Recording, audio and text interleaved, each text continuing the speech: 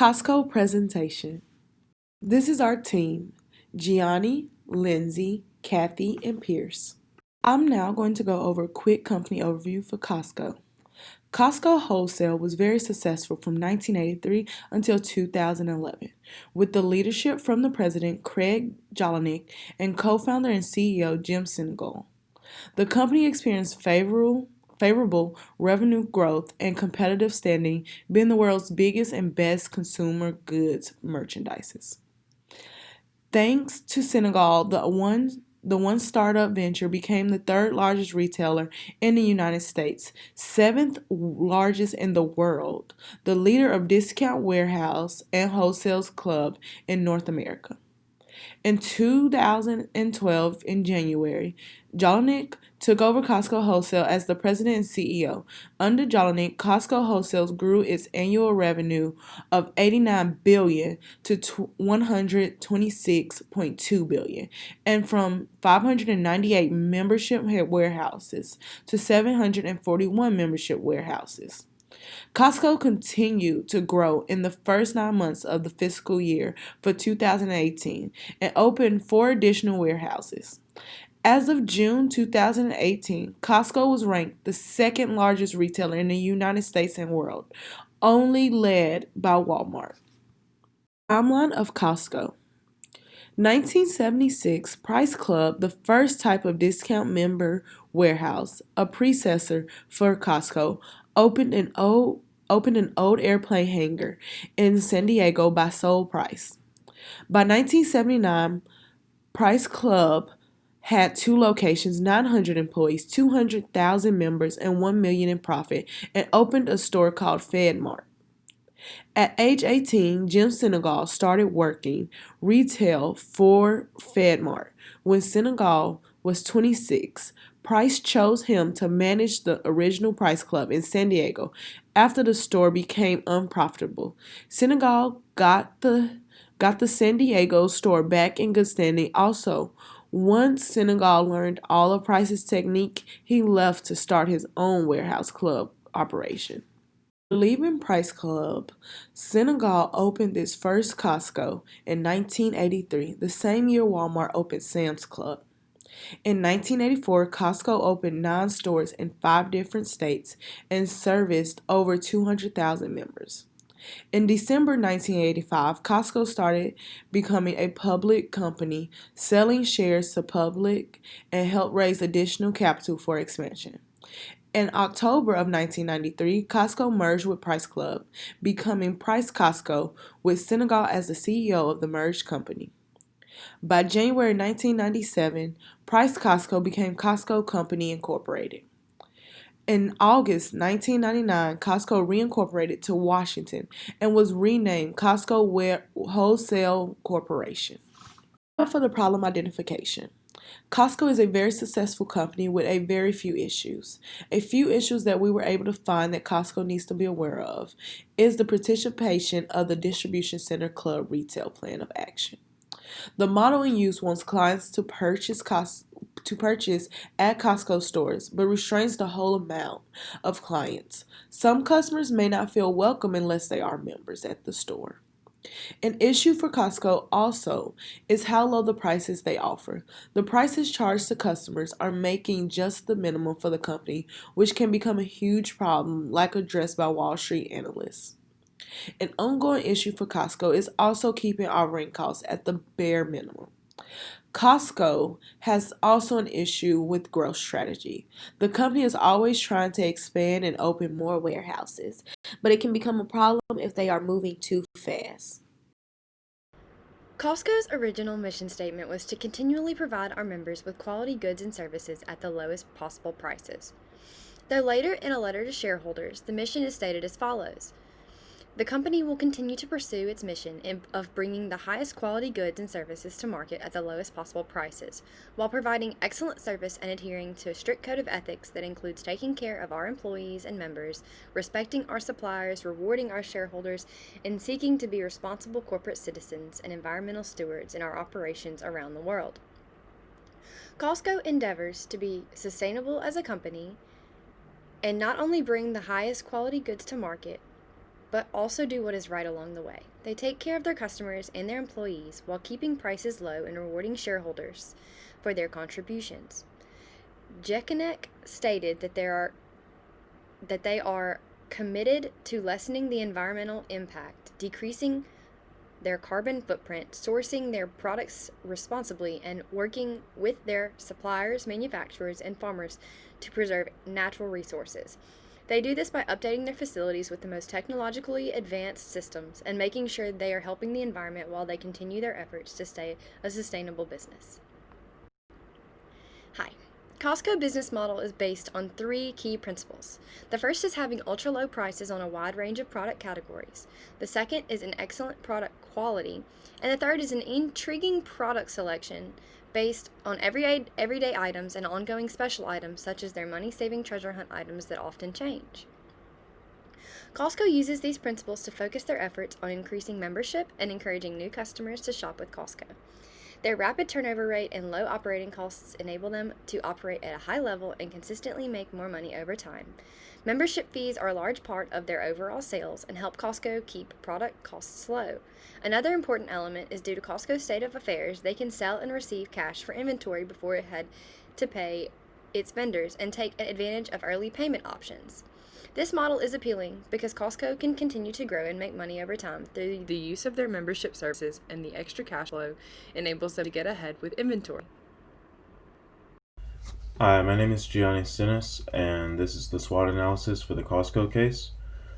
So, as far as strengths go, Costco has low prices, a membership business model, a loyal customer base, quality products, and a strong distribution network. As far as weaknesses go, Costco has limited product selection, a high cost of transportation, a small and aging customer base, a minimal global presence, and it's lacking in the research and development department. So, regarding low prices, this is a primary strength of the firm, as Costco offers incredibly low prices. Compared to Walmart, its average markup is 11%, whereas Walmart's is 24%, according to Fortune.com. Moving on to the membership business model. Before a patron can even shop with Costco, he or she must be a member of Costco's customer base.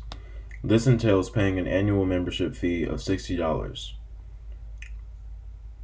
This exclusivity strengthens the firm financially and loyalty-wise.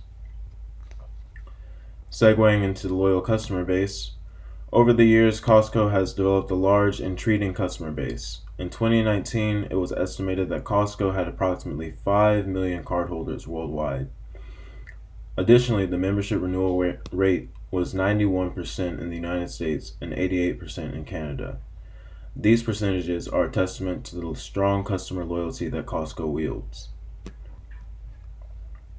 As mentioned earlier, Costco purchases premium quality products from distributors with whom it has tried and true relationships.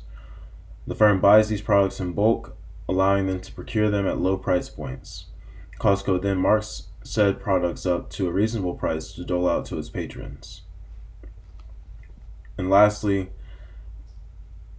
Costco's strong distribution network has allowed Costco to expand its reach locally and internationally.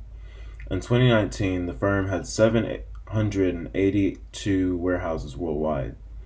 These warehouses were located in North America, Europe, and Asia. As far as weaknesses go, Costco is host to a seemingly vast array of products. However, relative to its competitors, its product line leaves much to be desired. This is evident in the SKUs that Costco is host to. Costco is host to 3,700 SKUs versus Walmart, who is host to 150,000 product SKUs, and Target, which is host to 80,000 product SKUs.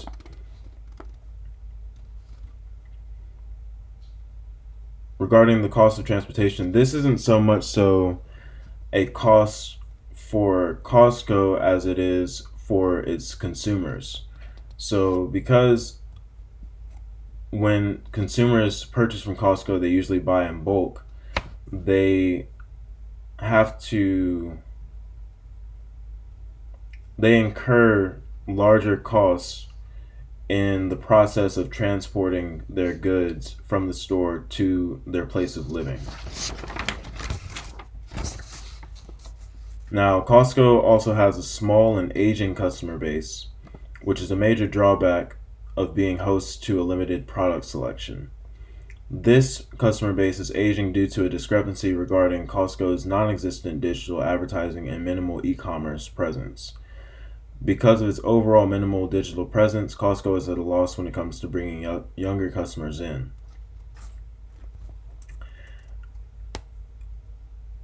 In addition to a minimal digital presence, Costco is also minimally globally present. So, while they do have warehouses around the world, they're primarily centralized in North America. You know, the United States of America, Canada, and Mexico. In fact, 643 of its 782 warehouses are located here in North America. This is a clear sign that Costco is stronger domestically than it is globally. And lastly, Costco is lacking in its research and development sector. So, while it is doing fairly well for itself, relative to its competitors, it's leaving much to be desired. The discrepancy that exists between Costco and its competitors has allowed its competitors to receive a competitive advantage over Costco when it comes to product innovation. This means that competitors like Walmart, Target, and Amazon have a greater capacity to please their customers. Hi, Gianni Sinis again. In this video, we will be discussing the opportunities and threats that Costco faces. So, diving right into it, the opportunities that Costco is privy to are e-commerce, digital advertising, global expansion, health-conscious customers, and the transport industry. And the threats that the threats that are imposed on Costco are brand reputation or the marring of brand reputation, controversies, threats to security, price competition, and exchange rates. So,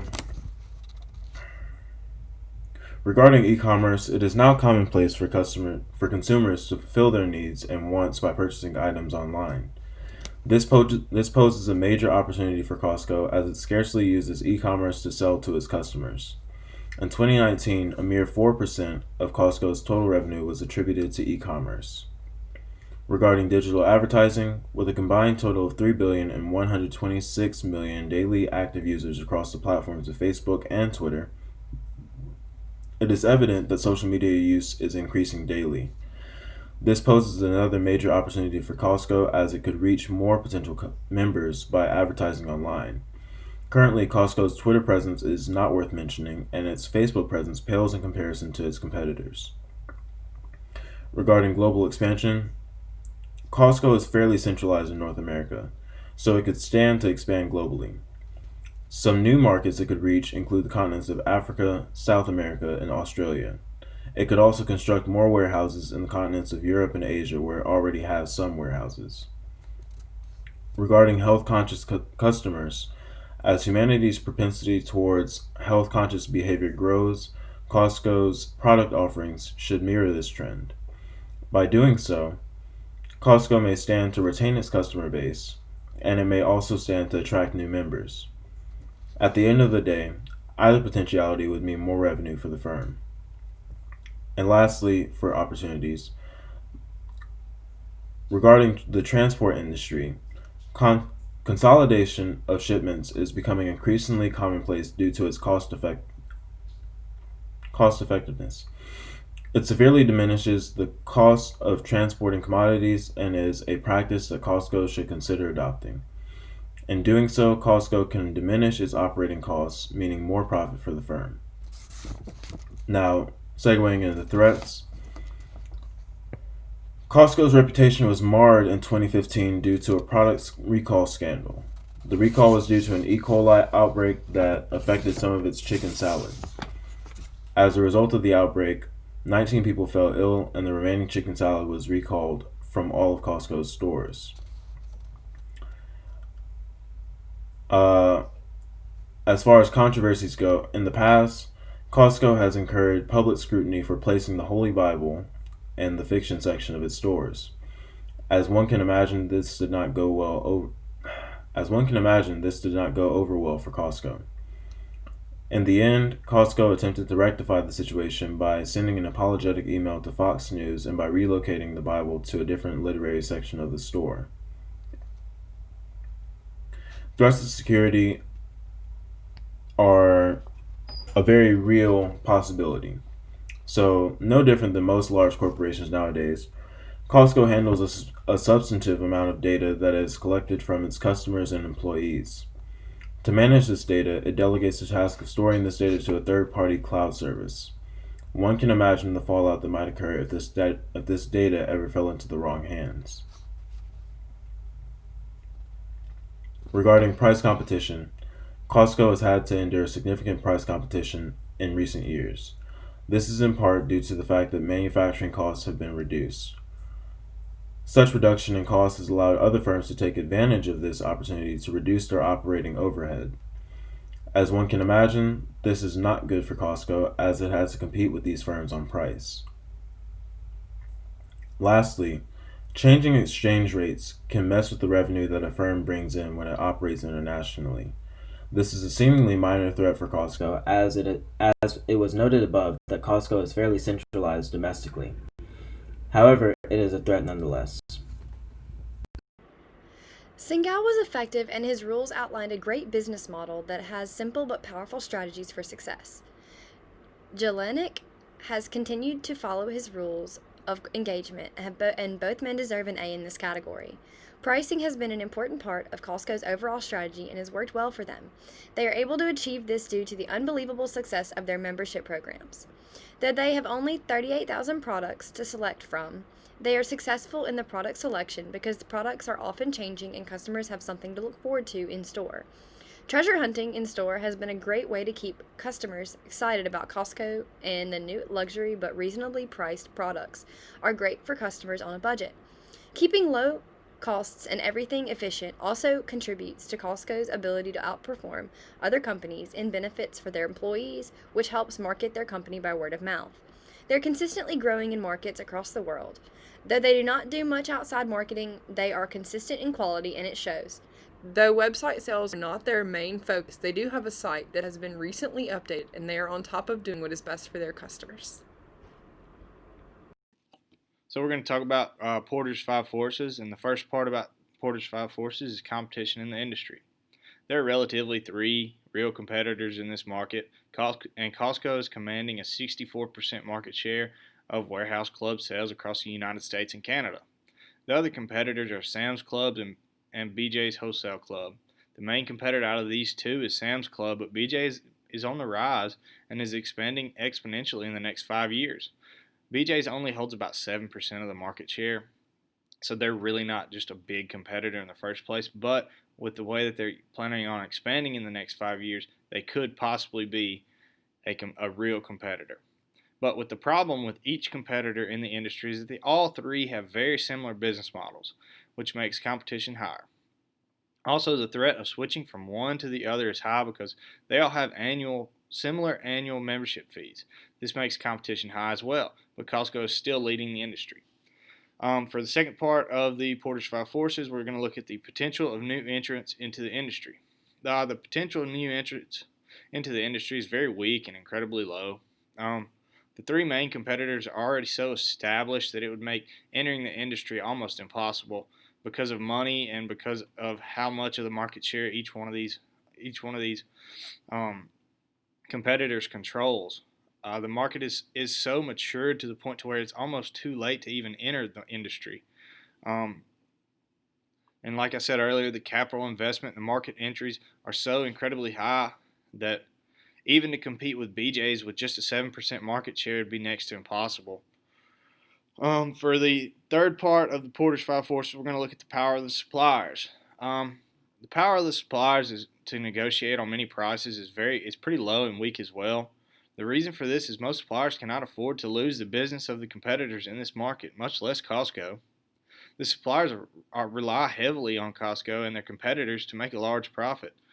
Another reason for the power of suppliers is so weak is because of the volume at which products are purchased.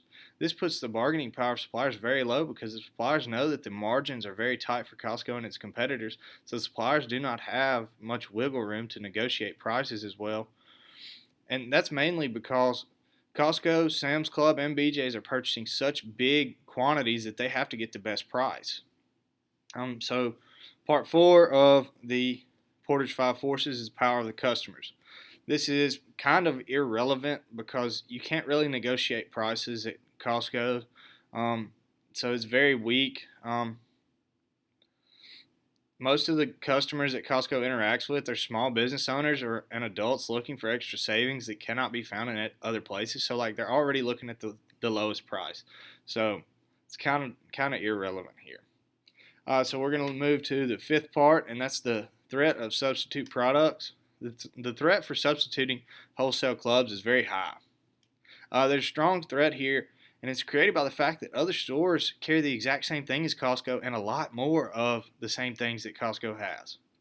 Costco only holds about 3,500 different items, where lots of stores have double, triple, even 10 times the amount of items that Costco sells. The price might be higher, but location and ease of purchase is something that customers and potential customers look at very hardly. Most customers have to go into other stores to get other products anyway, so why not purchase everything at one store when you're there? So that is the Porter's Five Forces.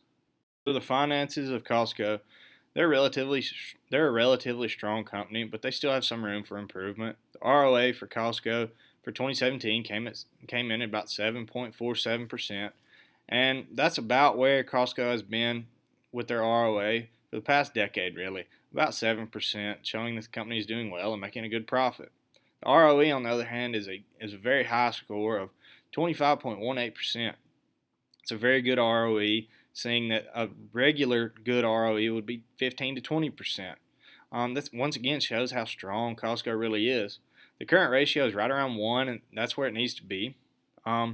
This shows that they can cover their liabilities when and if necessary. For Costco, the finances are fairly strong, and the company as a whole is a company that will be here for years to come. The other aspects that we need to look at are the competitors and how Costco compares to each of its competitors. Costco per store makes about $170 million. That's about their average.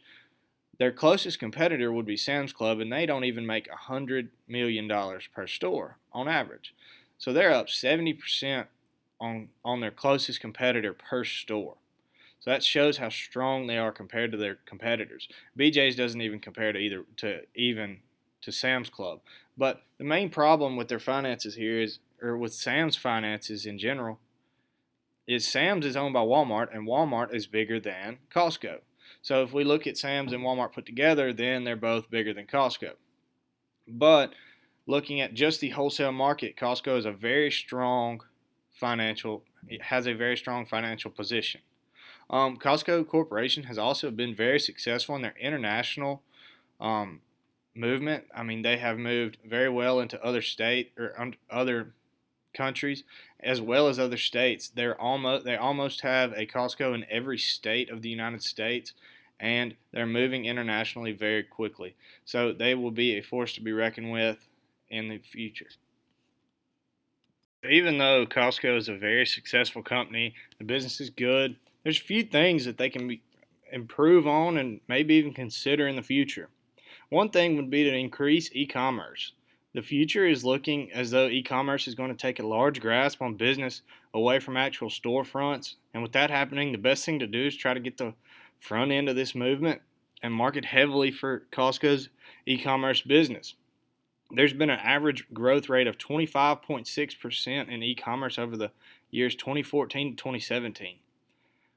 Also with this, we're sitting here in a coronavirus lockdown almost, and e-commerce is at its all-time high. This for Costco to really benefit from this, they really need to start bumping up their e-commerce. The second benefit or recommendation that we would give to Costco is to open up all the Costco stores to non-members for one day a year and use this one day a year for free advertising. It'd be a successful plan. You would lose a little bit of money from people that actually did not get or did not buy membership from this, but you would have a ton of memberships be bought just because the one day a year they get to go in and actually try it out and see what they're missing. Another recommendation that we were looking at and that could be beneficial for Costco is to possibly bump up the price a percent, maybe even 2%, and make the margin a little higher for and not so tight for Costco. This will make more money and help the pressure and tension of making sure that the business is not just looking for more members. Costco Wholesale's last 12 months gross profit margin is 13.2%. So why not try to bump it up a little bit more? Looking at more product lines is the fourth recommendation that we're going to say and that we're going to justify. BJ's Wholesale has a wider product selection than both Costco and Sam's Club, and people are looking for healthier options, and Costco needs to adapt and make sure that these fresh food products and organic products are there in their stores as well, and not necessarily just BJ's. They need to be competing on places and at places that their competitors are doing better at them at. The fifth thing that we would really recommend them doing that is attainable is to consider a buyout of BJ's Corporation. They only control about 7% of the market, which would be a large buyout. But this company is the only company that could substantially grow and increase the threats for the marketplace. With purchasing this company and merging Costco with BJ's, they'd look at around a 70% market share value. Like they would control 70% of the entire market, and Sam's Club would only have about 30%. That's where we need to be. That's the fifth and final recommendation for Costco.